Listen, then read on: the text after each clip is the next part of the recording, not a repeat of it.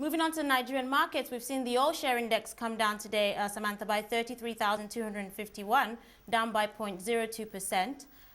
We saw stocks like Dangote Cement losing about 1.2% on the gainers list. We saw Nestle gaining 24.77 naira at the close of trading today. Year to date for the index is now currently at 18.24%. Of course, you know, we have more on market performance today, and I'm actually joined by Layi Olaleru, who's the head equity trading at Cordros Capital, and he's going to be joining us from the Nigerian Stock Exchange trading floor. Hello, Layi. Thanks for joining us on the show today. Thank you. Now, I want to take a look at the index today. We saw a marginal drop in the index. Can we expect to see the end to the cycle of profit taking?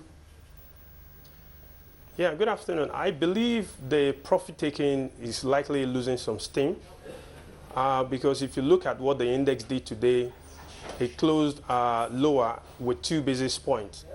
This is nothing for us to lose our breath about because it is natural for profit takers to come into the market, have the whole run.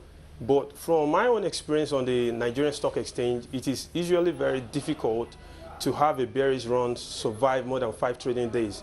So in my own thinking, I believe today will mark the end of the season of profit taking that we've been seeing for the past couple of days, because from the count, this is the 5th trading day.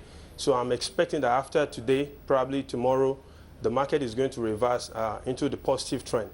I see. And do you feel that this presents an opportunity for late entrants to take position?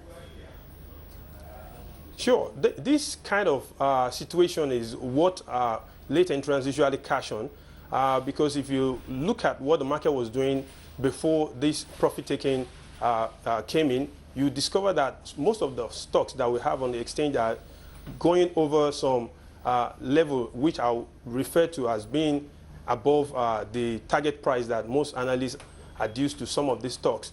I mean, for a First Bank going above 20 naira, a GTB doing above 25 naira, they look pretty expensive for some investors. But what we've seen recently is an opportunity for new entrants to come into the market, lock in some fund at a reasonably cheap price. I mean, you could get a First Bank for 1970 naira if you actually traded today, and you could get a GTB for less than 25 naira if you traded today. So I think this is an opportunity for them to actually come and take a new position.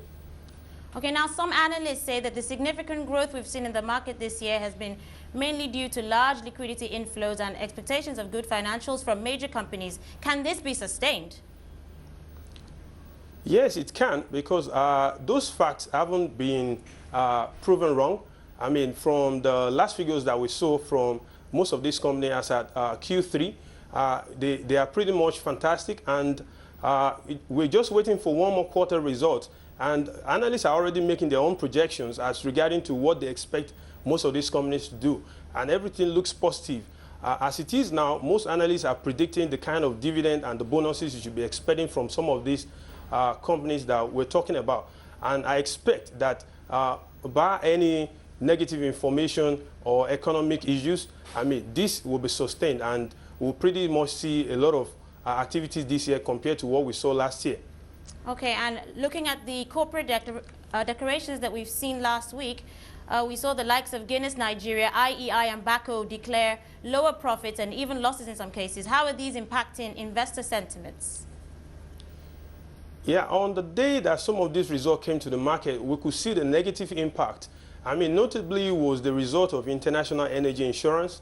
I mean, they came out with a loss after tax, which was quite huge, and we could see how the market reacted to it, because before that result came in, we saw a lot of interest in the low-cap stock, especially in insurance stocks, and a lot of traders threw caution in the air, thinking that the trend would go on without necessarily looking at the fundamentals.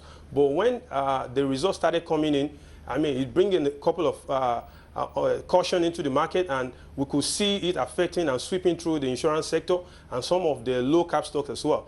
So I believe the negative results, which I don't think will spill over into the whole market, also came in as a form of caution to investors to look at the fundamentals well before taking a position.